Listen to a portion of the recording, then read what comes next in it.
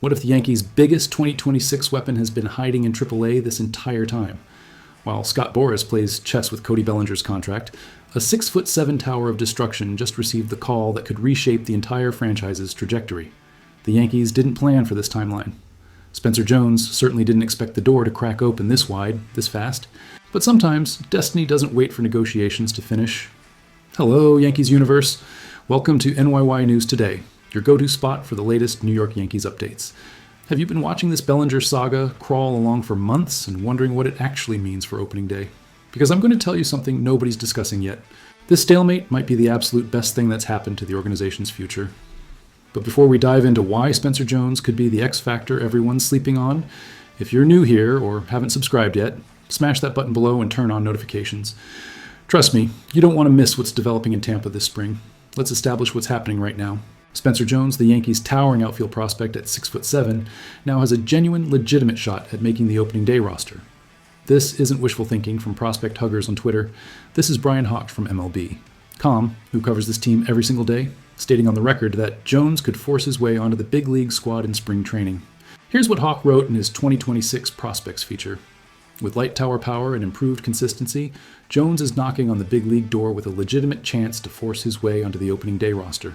He continued, though swing and miss will probably always be part of his profile, the Yankees believe Jones's athleticism and muscle have positioned him to compete in a crowded outfield picture. The Yankees added Jones to the 40-man roster back in November, protecting him from the Rule 5 draft. He's been working out at Yankee Stadium during the offseason. The organization wants him close, they want him ready, they want him prepared for the moment that's rapidly approaching. And here's the nuclear bomb stat line that makes this conversation real.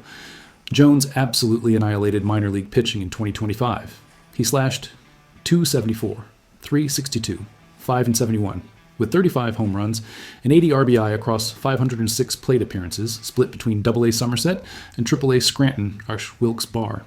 His 90th percentile exit velocity reached 107. He came one stolen base shy of posting a 30-30 season.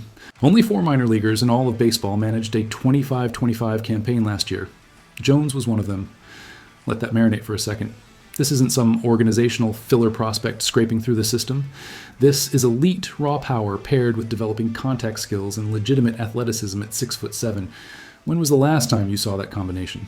So what does this actually mean for the Yankees' construction heading into 2026? Everything changes depending on what Scott Boras does in the next few weeks. The outfield alignment has entered murky territory.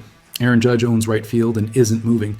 Trent Grisham accepted the qualifying offer worth $22 million and will patrol center. Jazz Chisholm is locked in at second base. But left field? That position is completely wide open, and someone's going to grab it. Jason Dominguez played there last season. The 22-year-old showed flashes offensively, but struggled significantly on defense. His 10 outs above average ranked in the second percentile across all of MLB. The Yankees clearly aren't entirely confident he can handle the position full-time without continued development. That uncertainty creates opportunity, and Jones represents exactly the type of player who could seize it. General manager Brian Cashman hasn't hidden his enthusiasm for the 24-year-old. He's been vocal about Jones earning a real look. Cashman stated, he's earned, without a doubt, the look in the competition. But again, it all depends on how many opportunities exist based on the decisions that come out of this winter. Then Cashman went even further in an MLB Network radio interview, saying something that should make every Yankees fan sit up. He's this untapped potential situation that's done everything he needs to do thus far to put himself in the position to get into a major league ballpark and say, this spot is mine. Here's what's fascinating about that quote. Cashman didn't say, maybe ready. He didn't say he needs more time. He said Jones has done everything necessary. The general manager also noted that Jones would already be in the majors with many other organizations, but the Yankees simply had too many outfielders blocking his path. Well, those roadblocks are dissolving. Every single day Cody Bellinger remains unsigned is another day Spencer Jones gets closer to becoming the Yankees' starting left fielder on opening day. Here's the angle nobody's discussing.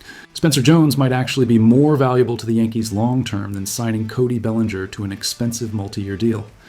Think about the Yankees' history with prospects who forced the organization's hand. Aaron Judge could have debuted earlier, but got blocked by veteran acquisitions. When he finally broke through in 2016-2017, the franchise trajectory changed forever. Miguel Andujar burst onto the scene in 2018 because injuries created playing time. Sometimes the best roster decisions aren't the ones teams plan. They're the ones circumstances force. Jones represents something the Yankees desperately need, controllable, cost-effective power for the next 6 years. Bellinger, at 31 years old, will command $25–30 million annually on a multi-year deal. Jones, under team control, provides similar power output at a fraction of the cost while the Yankees figure out their long-term plans. But here's where it gets really interesting. Jones isn't just raw power. Yes, he struck out at a 35, 4% rate in 2025, which mirrors his career mark of 33%. That's concerning on the surface. But let's add context. Spencer Jones dominated 3 different levels in 2025. He started at AA, got promoted to AAA in late June, and immediately started crushing. In his first 19 AAA games, he hit 13 home runs and grabbed the minor league home run lead with 29. Then he cooled off in August, hitting just 180 with his 556 OPS.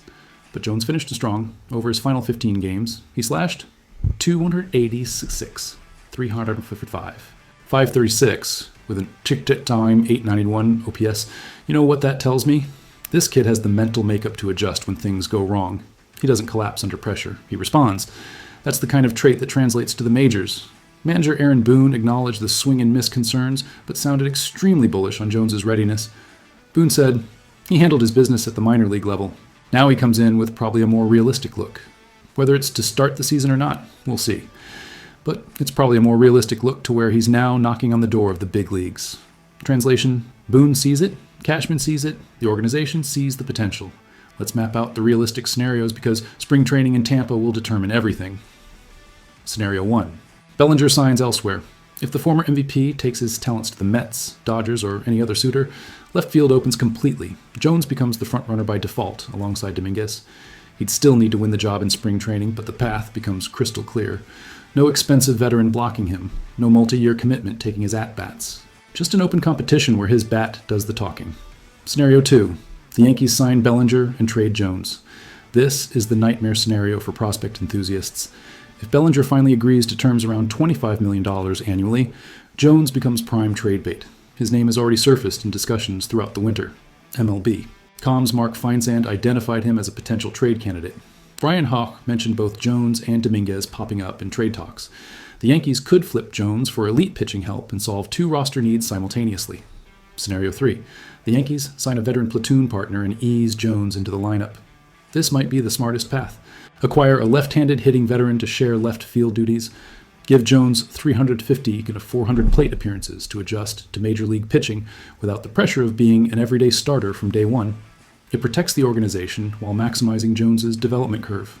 Think of it as the Aaron Judge development model from 2016. But here's the wild card nobody's accounting for. What if Jones absolutely rakes in spring training? What if he's crushing Grapefruit League pitching 450 feet into the Tampa Bay? What if his adjustments from the end of 2025 carry over and he's making veteran arms look foolish? At some point, performance forces organizational action. The Yankees can't ignore elite production just because it disrupts their winter plans. One national scout told the New York Post's Dan Martin that an opening day roster spot would be a leap for Jones. The scout said, "I didn't see a guy knocking down the door at the end of the season. That could change in the spring, but not sure they'd want to be that aggressive." Fair criticism, but that scout is evaluating based on August performance. What if we evaluate based on Jones's entire 2025 season? 35 home runs. Exit velocities topping 107 mph. The kind of raw power that changes games with one swing. His power isn't Coors Field inflated or park dependent. It plays everywhere. The Yankees have seen something special when they added him to the 40-man in November. They see something when they bring him to Yankee Stadium for off-season workouts. They clearly see a player who might be ready to contribute right now, not in 2027. Here's the bottom line that nobody's saying out loud enough. Spencer Jones has put himself in position to shock the baseball world in 2026. Whether he makes the opening day roster depends on factors beyond his control: Boras negotiations, front office philosophy, spring training performance. But the door is open wider than it's ever been for a 6'7" masher who just turned 24 in May. The Yankees need to solve left field. They need to determine if Jason Dominguez can develop defensively. They need to decide if paying Bellinger's price tag makes sense when they have internal options knocking. And while they navigate all those franchise-altering questions, Spencer Jones will be in Tampa, showing them exactly what 107 mph exit velocity and 35 homer power looks like against big league arms. The Bellinger talks might crawl through January. The negotiations might drag into February. But every day of waiting is another day Jones gets to make his case as the Yankees answer in left field. And if he forces his way onto that roster, we might look back at this Boras stalemate as the moment everything changed. Not just for Spencer Jones, but for the entire Yankees franchise moving forward into their championship window. What do you think, Yankees universe? Is Spencer Jones ready to become the steal of the 2026 season? Should the Yankees hand him left field and invest Bellinger money elsewhere? Or do they still need the proven veteran to compete? Drop your thoughts in the comments below. And if this breakdown opened your eyes to what's really happening in the Bronx, smash that like button, subscribe to NYY News Today, and hit the notification bell so you never miss our spring training coverage. We'll be tracking this story every step of the way as the competition heats up. Until next time, let's go Yankees.